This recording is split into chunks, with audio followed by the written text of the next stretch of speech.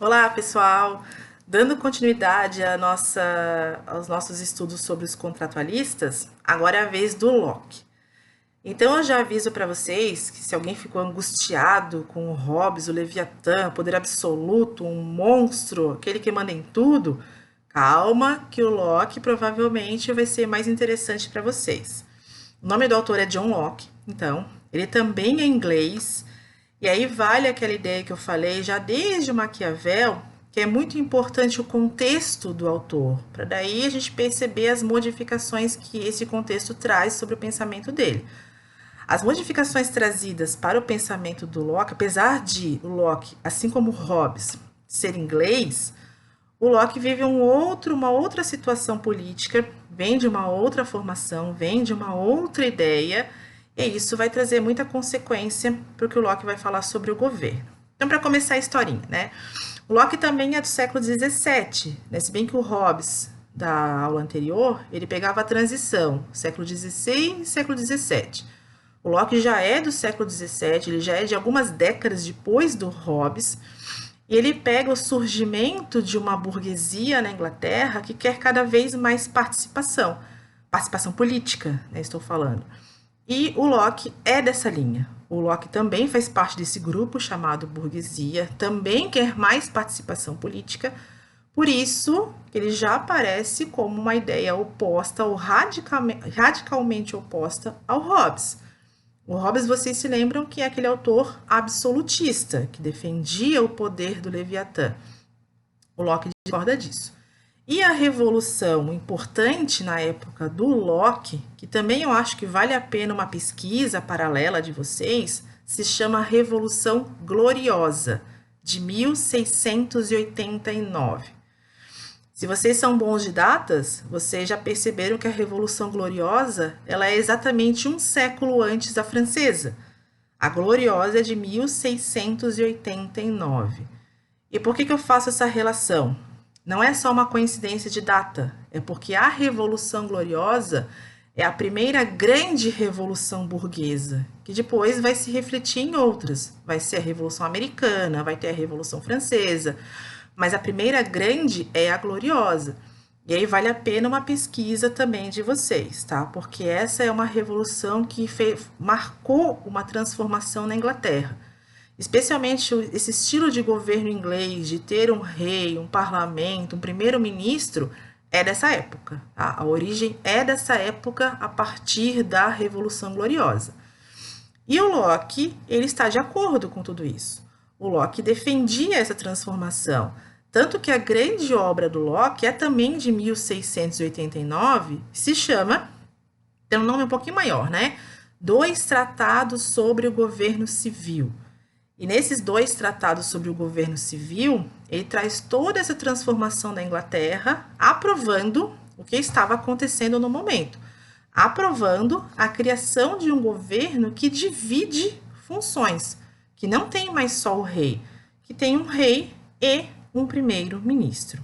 Então, essa estrutura de governo que a gente conhece e reconhece como inglesa é desde o século XVII. É desde 1689. Olha só quanto tempo de história eles têm nessa parte, né? Eu costumo comparar, né, são coisas bem diferentes, mas eu costumo comparar só para mostrar como nós somos jovens em termos de política, em termos de país. O Brasil oficialmente é um país somente desde 1822, que é a nossa independência. E a Inglaterra já tem esse sistema parlamentarista desde 1689, esse sistema que eles têm hoje, fora as outras coisas que surgiram antes dessa época. Então vejam só como a gente é jovem, vejam como nós começamos ontem praticamente nessa questão de política, de Estado, de Constituição, de democracia. É por isso que a gente está aprendendo ainda, né? Porque a gente é muito jovem nessa caminhada. Mas voltando para o Locke, né? Voltando para a Inglaterra. Então, ele acompanha todo esse surgimento de uma monarquia limitada, ele vive, escreve, defende, e ele tem reconhecimento em vida. Ao contrário do Hobbes, que é proibido de falar sobre política, o Locke não, porque o Locke está acompanhando essa transformação inglesa. E o Locke é partidário dela, né, dessa transformação. Então, o Locke é lido, é reconhecido, é louvado. E ele tem também uma contribuição muito grande. A partir dos escritos dele, é que a gente tem de fato o surgimento do liberalismo político, a partir aqui do Locke. Então, vamos entender um pouquinho o que o Locke fez, né? O que o Locke contribuiu.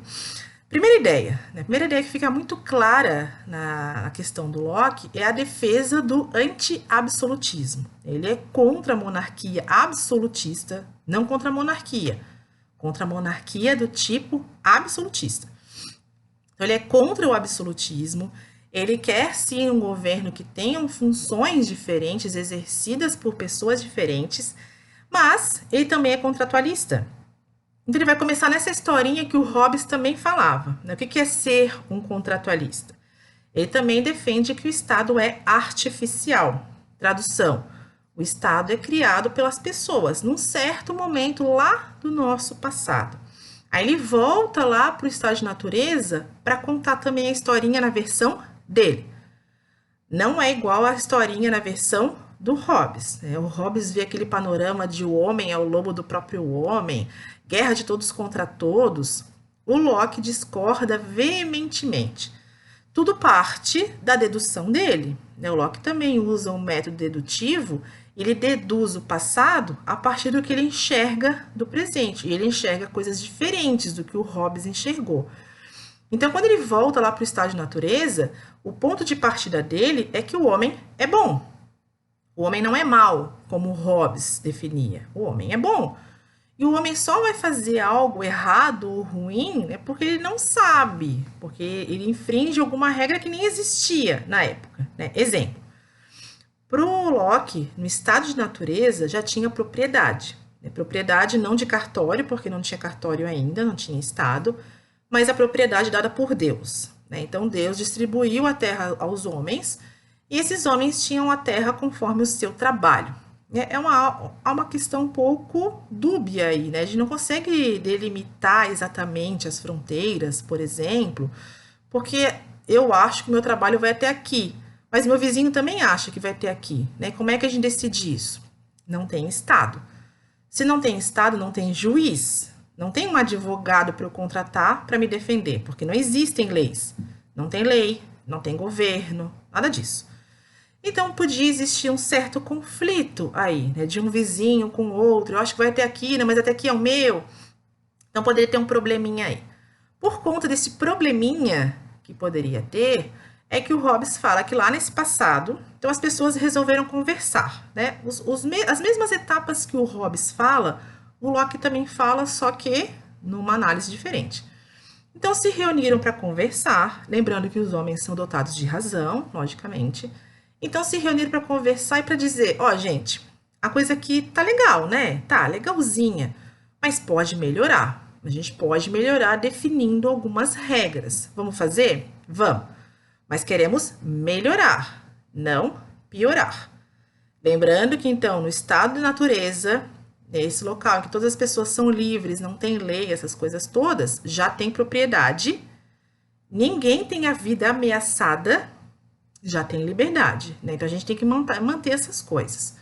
Então, vamos definir algumas regras, vamos definir que vai existir um poder acima da gente, e que esse poder vai ser responsável por proteger o que a gente tem e definir como acontece isso que a gente tem, né? Definir quais são esses limites, definir quais são esses direitos. Combinado? Combinado. Então, vamos inaugurar esse outro momento, né? E esse momento, que é do Estado social, ou até o Locke chama de sociedade política, vamos inaugurar esse momento, que é o momento de surgimento do Estado, que tem que ser melhor, não pode ser pior do que a gente tinha. Então, nesse momento, se define que os direitos que o Estado precisa proteger são propriedade, liberdade e vida. Porque é o que a gente tinha já no estado de natureza só passam a ser garantidos pelo Estado, tá? Então, o Estado tem essa responsabilidade. Só para comparar com o Hobbes, a obrigação do Estado, na versão do Hobbes, era proteger a vida. Pronto, né? O Locke vê diferente. Ele analisa que o Estado surgiu para proteger a vida, claro, a liberdade e a propriedade para isso. E aí tem uma descrição do Locke, que eu não sei se vocês vão concordar, né? É um pouquinho difícil de entender também. O Locke fala que para que isso seja garantido, lá no nosso passado, na origem do Estado, ele já surgiu com divisão de função, que ele chamou de basicamente legislativo e executivo, tá? No passado. E quando eu falo passado, eu falo de época, assim, basicamente pré-histórica, né? A primeira forma de Estado que surgiu foi com separação de poder entre legislativo e executivo. E aí essa separação de poder é que garantia os direitos para as pessoas, tá? Então, para a gente entender essa colocação, né? 2 momentos também. Primeira situação, o Locke fala que isso foi nosso passado pré-histórico, basicamente. Surgimento de um Estado com poder dividido para proteger os direitos das pessoas. Se vocês me permitem um comentário, né, eu acho um pouquinho, não sei vocês, né, mas eu acho um pouquinho exagerado pensar numa época das cavernas, uma pré-história, que já houvesse separação de poder, né? Mas enfim, essa foi a visão do Locke. Mas qual era a intenção dele, na verdade? Era chamar a atenção dos ingleses da época, assim, gente, se lá no passado nosso pré-histórico já teve divisão de poder, como é que a gente vai colocar um Estado absolutista hoje na Inglaterra? Olha só a vergonha para os nossos antepassados. Lá eles já tinham divisão de poder e a gente aqui está falando de Leviatã, de poder absoluto? É claro que não. Então, o Hobbes usa essa ideia para convencer as pessoas de que, claro, nada mais lógico que no presente da Inglaterra, que é o século XVII, se continue essa ideia de monarquia com poder dividido. Ou como se chama oficialmente, uma monarquia constitucional, né? Que tem a monarquia, tem o parlamento, essas funções todas. Ele defende essa questão. E ele defende mais. Nós estamos numa época que é uma época também problemática em termos de política, porque há muita alternância de poder. A Revolução Gloriosa, por exemplo, que ele vivenciou, foi uma revolução que trocou o rei da Inglaterra. E isso numa época que as pessoas eram muito religiosas. E provavelmente vocês se lembram daquela ideia do poder divino dos reis. Os reis são umas pessoas especiais que são escolhidas por Deus para governar. Então, quando havia uma troca de rei, a morte de um rei, alguma coisa assim, morte de maneira violenta por revolução, né, logicamente. Quando havia a troca de um rei, as pessoas achavam que estavam em pecado, porque estão se intrometendo nos planos divinos. E o Locke falava, não, gente, não se preocupem, porque isso é questão das pessoas. Lembra? O Estado foi criado por nós, não por Deus. Então, nós não estamos em pecado se a gente muda o governante, porque nós é que criamos essas regras. Nós é que criamos o Estado. O Locke era até uma pessoa religiosa, mas na questão política não, né? As pessoas criaram o Estado, portanto, elas podem mudar o Estado. Então, muito do texto do Locke foi também para trazer para as pessoas esse conforto. Nós temos direito, sim, de trocar o governante, mesmo que ele seja um rei. Não faz mal, tá? Então, ele defendia muito essa questão do poder dividido.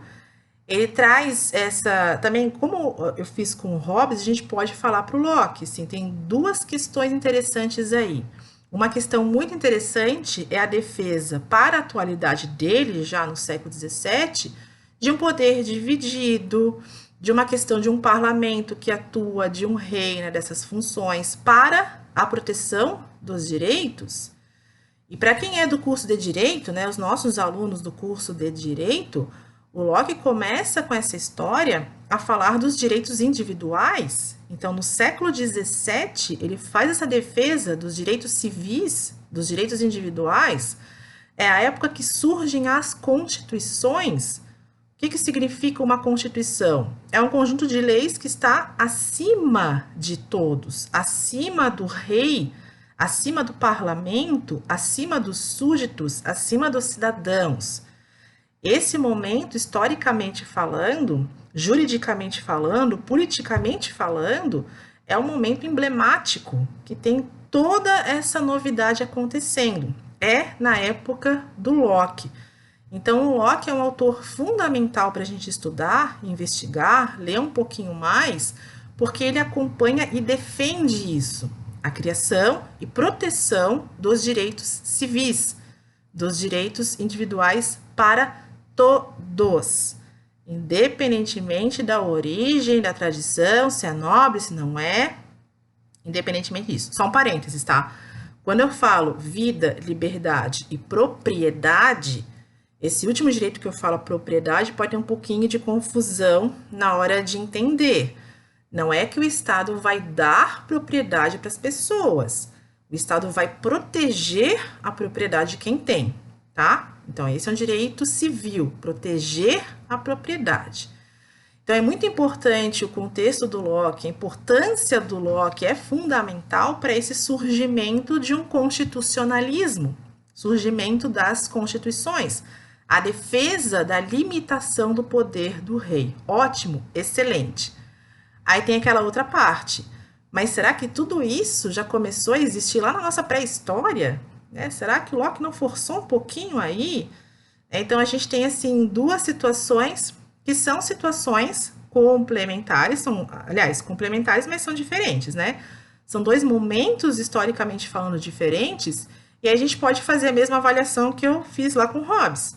Para o Hobbes, tudo bem, até ter coerência, ver essa questão do primeiro estado, pela força, Leviatã, mas para hoje em dia não serve mais, né?